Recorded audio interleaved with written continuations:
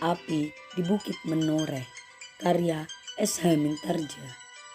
Dengan saya, Handa Salafia.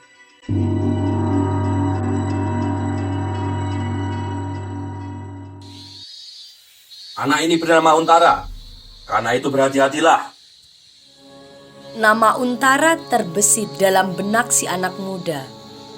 Tetapi ia tidak bertanya lebih lanjut. Namun di dalam dadanya terbesit suatu perasaan aneh.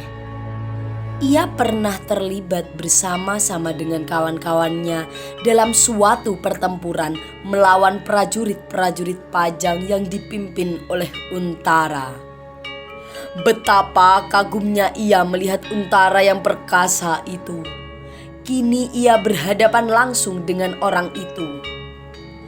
Tiba-tiba hatinya bergetar. Meskipun demikian, ia harus bertempur. Dengan ketiga kawannya, ia pasti dapat membunuh orang yang diseganinya itu. Untara sadar bahwa lawan-lawannya benar-benar akan membunuhnya bersama-sama dengan adiknya. Karena itu, ia harus melawan mereka. Apabila terpaksa, maka bukan salahnya lah kalau ada di antara mereka yang terpaksa mati. Namun tidak mustahil pula bahwa kemungkinan yang tidak menyenangkan itu ada padanya. Karena itu, segera Untara bersiap. Ia harus menarik seluruh perhatian dari keempat lawannya, sehingga tak ada di antaranya yang mengganggu Agung Sedayu. Maka dengan gerak yang cepat, secepat tatit menyambar di langit, Untara meloncat menyerbu di antara mereka. Dengan berputar di atas sebuah kakinya, ia menyerang dua orang sekaligus. Serangannya tidak begitu berbahaya, namun benar-benar mengejutkan. Karena itu, maka si Jangkung dengan sangat terkejut meloncat mundur. Dan si Tinggi Gagah terpaksa meloncat ke samping. Meskipun mereka tidak dapat dikenai oleh serangan Untara, namun serangan itu benar-benar tidak mereka duga. Belum lagi debar jantung mereka berhenti. Mereka melihat Untara melayang dengan garangnya. Kali ini Untara tidak hanya mengejutkan mereka. Tangannya yang cekatan dengan cepat meraih tongkat besi si Pandai Besi. Dan dengan satu tarikan yang cepat, tongkat itu berpindah ke tangannya. Pandai Besi dari sendang gabus itu mengumpat tidak habis-habisnya.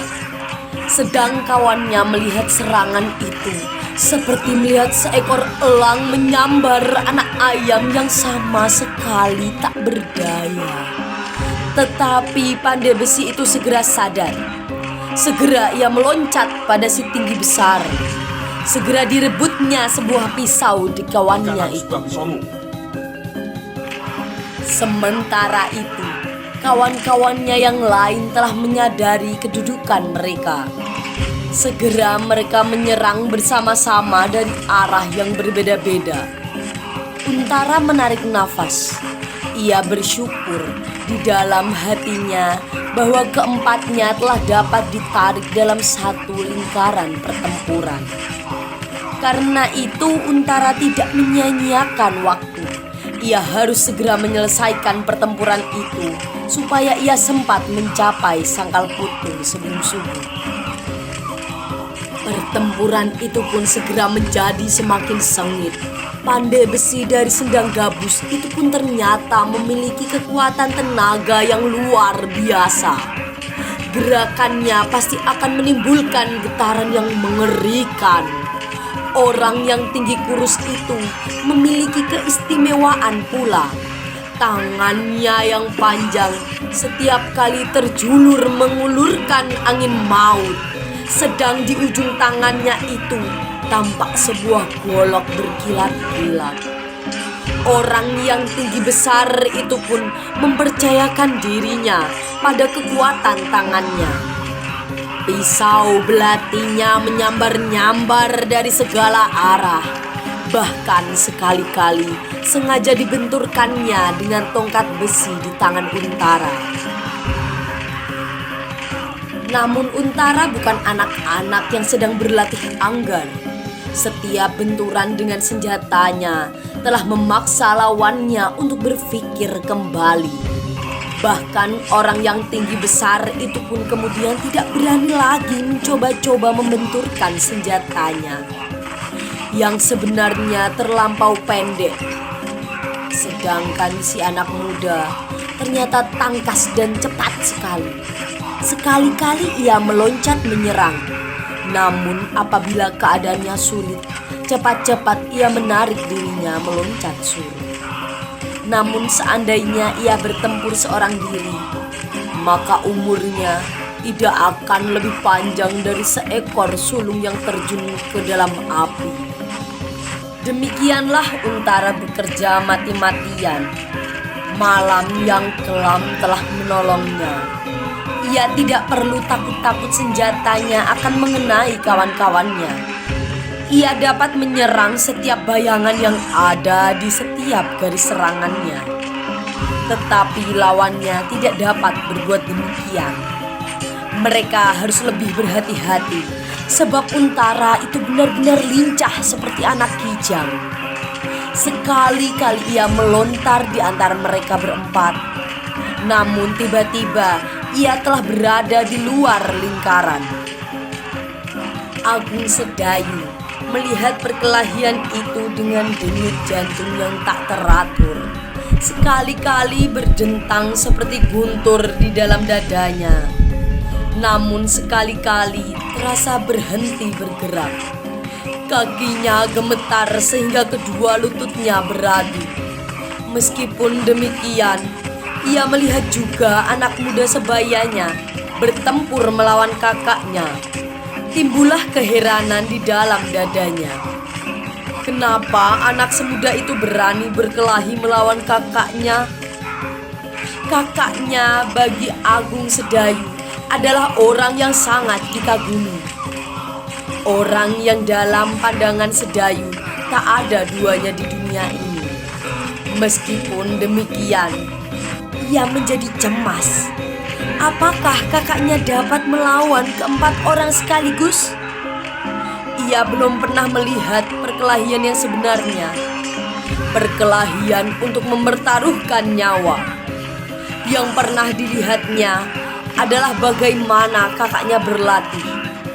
Bahkan kadang-kadang ia ikut serta.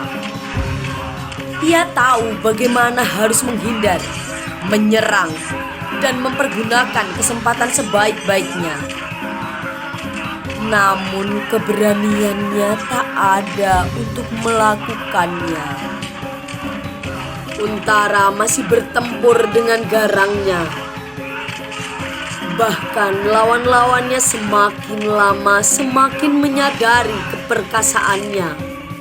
Namun tiba-tiba Untara menjadi cemas. Pandai Besi itu sekali-kali melemparkan pandangannya kepada Agung Sedayu. Ia melihat bagaimana anak muda itu berdiri. Ia melihat tangan Sedayu yang tergantung lemah. Bahkan sekali-kali anak itu menutup wajahnya. Sekali-kali memalingkan mukanya. Pandai Besi yang licik itu berpikir dalam hatinya. Anak yang satu itu aneh benar. Memang Agung Sedayu sama sekali tidak menunjukkan suatu minat atas perkelahian itu. Bahkan terpancarlah kengerian dan ketakutan dari wajahnya. Namun meskipun demikian, Pandai Besi itu terpaksa menduga-duga. Ada dua kemungkinan, pikir Pandai Besi. Anak ini terlalu percaya kepada kesaktiannya, sehingga ia kecewa melihat cara kawannya bertempur. Tetapi kemungkinan yang lain, anak ini seorang pengecut. Tetapi tiba-tiba pandai besi itu tertawa. Suaranya benar-benar nyaring. Ia sudah mendapatkan suatu kepastian bahwa anak itu yang kerdil. Karena itu, ia segera menemukan cara untuk memecah perhatian Untara. Maka terdengarlah ia berkata di antara derai tawanya. Hei Untara yang perkasa, sudah berapa lama kita bertempur? Kenapa kawanmu itu hanya menonton saja seperti tabungan ayam?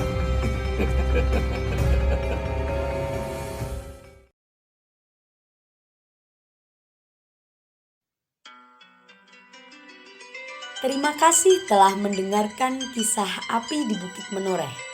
Nantikan kisah selanjutnya. Jangan lupa subscribe, like, komen, dan share.